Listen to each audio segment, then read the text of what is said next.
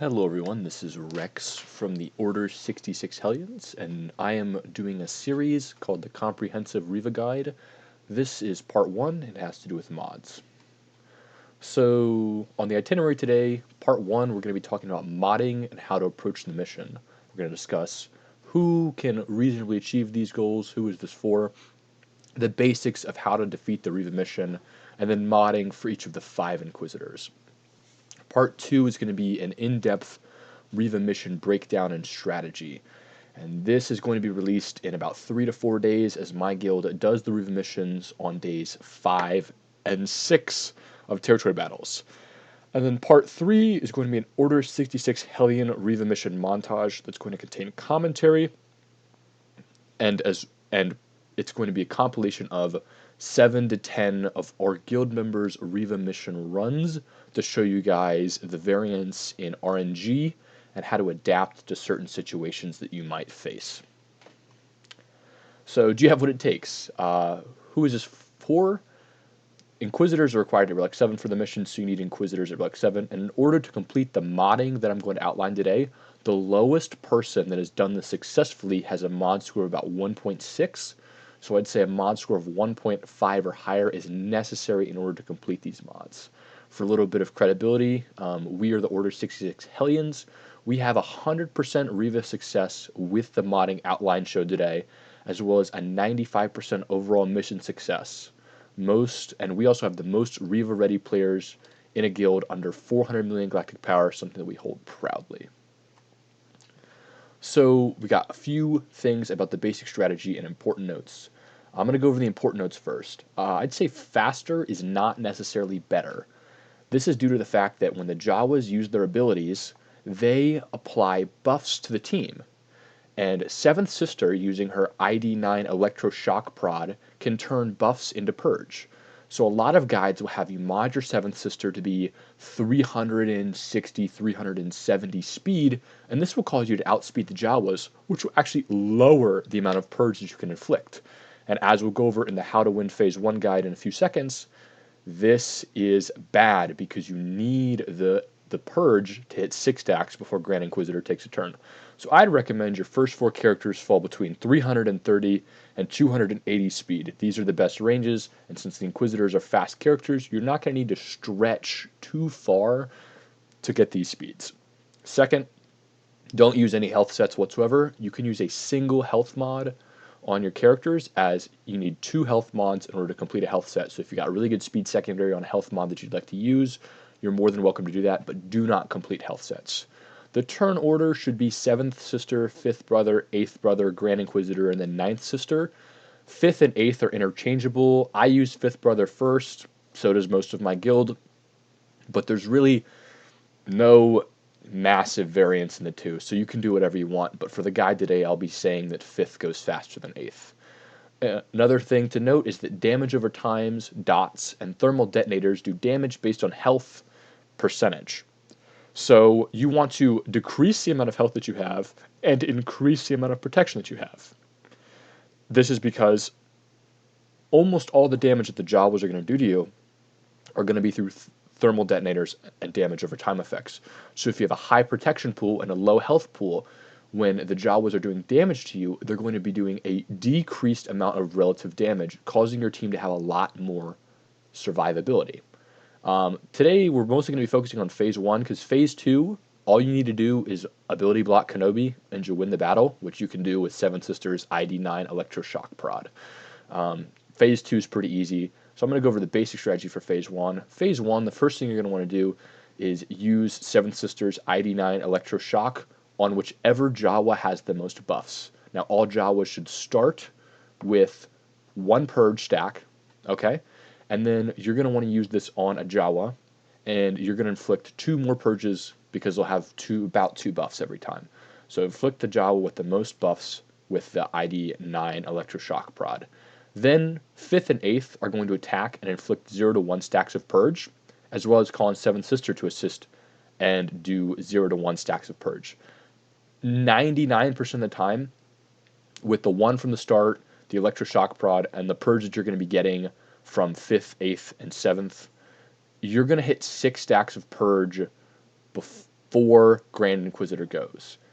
And when Grand Inquisitor goes, you're going to want to use his Ready to Die, as it gives all allies tenacity up for 2 turns if the target enemy has 6 stacks of Purge. Now, these 2 turns, the damage over times are still going to apply to each of your characters, but the thermal detonators are not, and they're what do the most amount of damage. So once you get this this tenacity up, you're going to want to target Jawa Scavenger and defeat him before your tenacity wears off, as his unique ability, Line in the Sand, is what causes the thermals to spawn so rapidly. So there's a little bit of a debate in the community going on. There are 3 options that people use for arrows: a protection arrow, a speed arrow, and a critical avoidance arrow. In my experience, the protection arrow has a 100% success rate, meaning no one in our guild that uses a protection arrow with the appropriate mod sets loses the battle. Speed arrow is arguably the worst because it can cause your characters to be too quick, so none of my Inquisitors use speed arrows. And when you're too quick, you don't get all the stacks of Purge from the initial barrage that you'd like, causing the battle to be more difficult. And then critical avoidance has about a 90% success rate with all the mods. It's a decent choice, but it's a lot harder to get a critical avoidance mod or critical avoidance arrow with high speed secondaries than it is to get a protection with high speed secondaries. So for mod sets, there's only one real requirement. You're going to need full speed sets on 7th Sister and 5th Brother. No other character needs a completed mod set of any kind. Mod sets are not necessary. I use hardly any mod sets. And you're going to want to focus on protection primaries as well as speed secondaries and protection secondaries. Speed secondaries first and then protection secondaries second. There's no need for increased offense, critical damage. That would be nice. However, the Jawas do a very good job of killing themselves with the dots that they apply, or with the damage over time effects that are applied throughout the battle. So a lot of the damage that you're going to experience in the mission isn't even going to come from your Inquisitors. You just need to live longer than them. So 7th Sister wants to go first. I'd say you want her to be less than 330 speed. I have shown my mods right here, showing that I have 1 speed set, an offense arrow, and then a health triangle. Now, like I said previously, in order for the health set to affect the health of a character, you're going to need 2 health mods. So if you've got 1 health mod that's got a really good speed secondary, you can go ahead and apply it to a character without any detriment. Now, what you're going to be looking for in this character is you're going to want as low health as possible. For my 6 mods, I have collectively just under 2,000 health. But what I have is 47,000 protection. And this is the mod set that I use to have a 100% success rate on the mission. So basically, in proportion to my health, my protection is a lot higher. And this allows me to be a lot more durable in the mission. I have no mod sets except for speed on my 7th Sister, as it's not necessary. Offense would be amazing to have as a secondary, or critical chance, but the mod sets largely have no effect on the mission outcome. All of these square, tilted square, circle, cross, triangle, and arrow, they're going to stay the same for every single character. So just note that you're going to want the square is going to be offense. You have no chance. The tilted, or you have no choice. Sorry, the square is always offense %. The tilted square is always going to be defense %. And then the circle, cross, triangle, and arrow all have the opportunity to be protection %. So you're going to want to apply protection % for all 4 of those. Like I said before, same goes for 5th Brother. I would recommend that he is slower than 7th Sister. Some guides say to have him 1 speed less. It doesn't matter. You can have him just as long as he's within 15 to 20 speed of her. Things should work out great for you. I've got 5 speed mods on him and then 1 defense mod. Again, mod sets are not a priority. I've got very low health compared to protection. I've got nearly double the protection than I do health. And focus on your speed secondaries and your protection secondaries for him in particular. Next, we've got 8th Brother, who I'd recommend to be slightly slower than 5th Brother. Same order or same primaries with all of the mods and same secondaries. On him, I've got potency, defense, a single health mod, and a single tenacity mod. Again, like I said, mod sets don't make a whole much of a difference. It would be nice to have offense or critical damage on him, but they're not necessary. I'd love for him to do more damage, but in the grand scheme of things, I'd rather just get him as beefy as possible with protection rather than have him do a little bit more offense, because the Jawas are going to be doing more damage themselves than you will be doing to them in most scenarios. Lastly, Grand Inquisitor. Grand Inquisitor is kind of the trickiest character.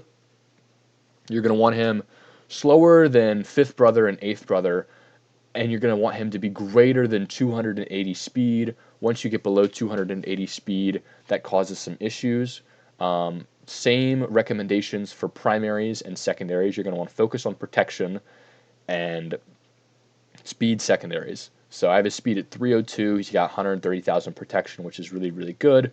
Low health from the mods. Again, on him, I've got 1 speed set, a health mod, and a tenacity mod. So again, speed set's helping. The other 2 sets are not necessary. You don't need a concise mod set order. Another thing to note is that the arrow and the cross on him are not sliced up to 6.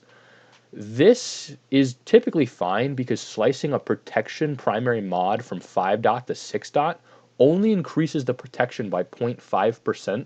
So if you have a couple 5 dot mods in there, that's really not going to make a huge difference, because the overall gains I would get from slicing these 2 mods up to 6 dot would be 1% protection, which is going to be about 1.2 thousand protection, which is decent, but that's not going to change the game a whole lot. Last is 9th Sister. She has no requirements for speed whatsoever. I only have 77 on her. Basically, I would just throw 3 defense mod sets on her with the primary sets that I have outlined right here. You're going to want to focus on protection secondaries and defense secondaries. Like I said, speed's not a huge deal for her.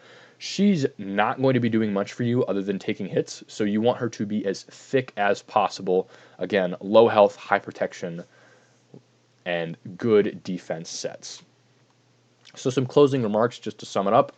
Mod sets are not necessary. I've said that so many times right now. You don't need crazy offense, critical damage, or super fast Inquisitors to succeed, and health on your Inquisitors is bad. You want them to have as low health as possible. Reva is really good, in case you guys are not aware, but you are. That's why you're here. She's part of the best Lord Vader lineup, so getting her as quickly as possible is going to help your guild a lot in both Territory War as well as yourself in GAC, because she is a monster to deal with if you do not have solid counters to her. Thank you guys so much for watching. I'd like to do 2 quick announcements. First, I want to start doing free roster reviews. So if you're interested, you can post your GG in the comments. That would be great. My goal for this is to be helpful. I'm going to be providing 5 to 8 small tips that can help you improve your roster today. These things are going to range from mod organization, mod sets, datacrons, what character, Omicron or Zeta, will really take you up to the next level. What I'm not going to be doing is roasting you for farming your Coruscant Underworld Police to Relic 9 because you like him, or telling you obvious things like you should farm Jabba. Of course you should farm Jabba, but if you don't want to farm him, there's no necessity to do so. And lastly, I'd like to do a little guild plug. If you're tired of your guild losing all the REVA missions and you're the only one that succeeds, you can consider joining my guild, the Order 66 Hellions. The Discord link is in the description. We are the guild that gets the most REVA shards under 400 million galactic power. Thank you guys so much for watching, and have a great day.